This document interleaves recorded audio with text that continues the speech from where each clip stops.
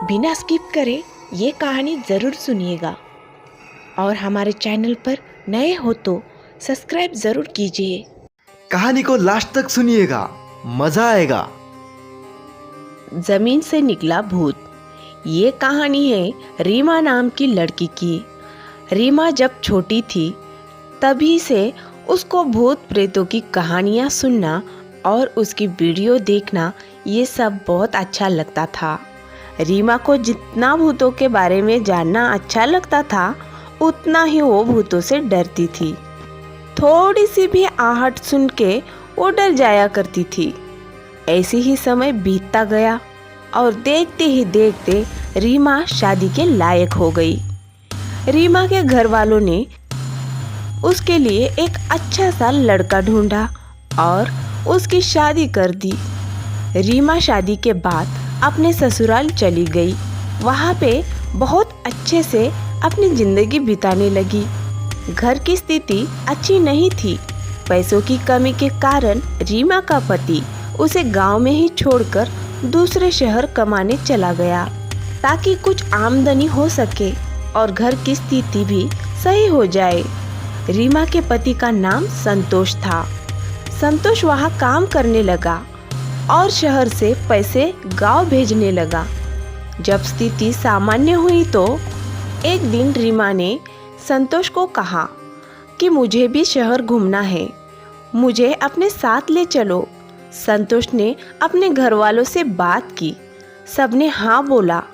ठीक है, बहू भी कुछ समय शहर घूम लेगी।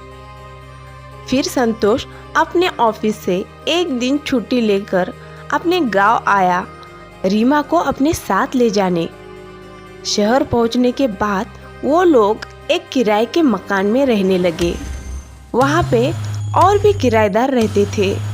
वही रीमा की दोस्ती पड़ोस में ही रहने वाली सुमन नाम की लड़की से हुई।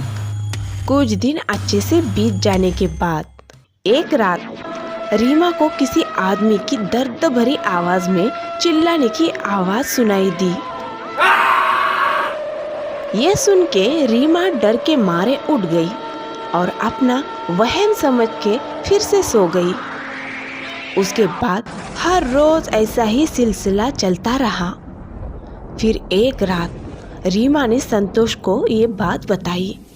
संतोष ने इसे रीमा का वहम बताते हुए इस बात को टाल दिया। एक रात संतोष काम के सिलसिले से बाहर गया हुआ था और रीमा उस रात अकेली ही सो रही थी। तभी अचानक उसके पलंग के पास एक परछाई आके खड़ी हो गई। रीमा, रीमा, मुझे तुम्हारी मदद चाहिए, मुझे मुक्ति दिला दो। और रीमा का नाम पुकारने लगी। रीमा घबराकर जोर से चिल्लाई। रीमा की चीख सुनकर पड़ोस में रहने वाली उसकी सहेली सुमन दौड़कर उसके घर गई, पर तब तक वो परछाई गायब हो चुकी थी।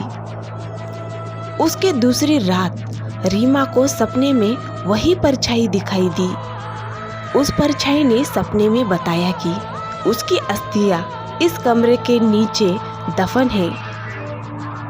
उनको बाहर निकाल के उसे मुक्त करो। रीमा सपने से घबरा के उठ गई और ये बात अपने पति संतोष को बताई, पर संतोष ने इस बात को मानने से इनकार कर दिया और वापस सो गया। दूसरे दिन जब संतोष अपने काम पे गया तब रीमा ने उस कमरे की खुदाई करना चालू कर दिया, पर उसे वहाँ पे बस एक बॉक्स मिला। रीमा ने जैसे ही उस बॉक्स को खोला, उसमें से तेज आवाज के साथ एक काला साया निकला।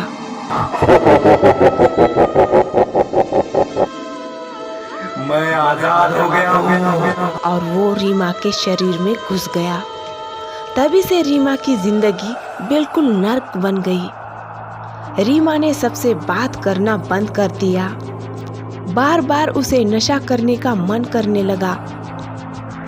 कितना भी खाना खा लो उसका पेट ही नहीं भरता था।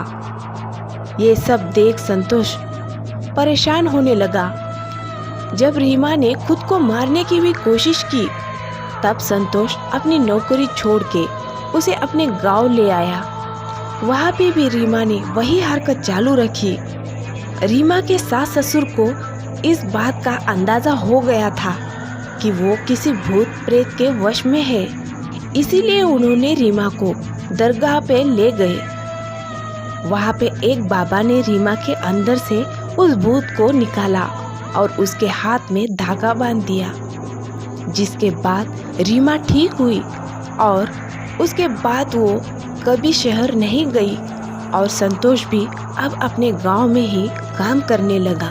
हमारी ऐसी ही दूसरी कहानियाँ सुनने के लिए स्क्रीन पे जो वीडियो दिख रहा है उसे क्लिक कीजिए और डरावनी कहानियों का मजा लीजिए।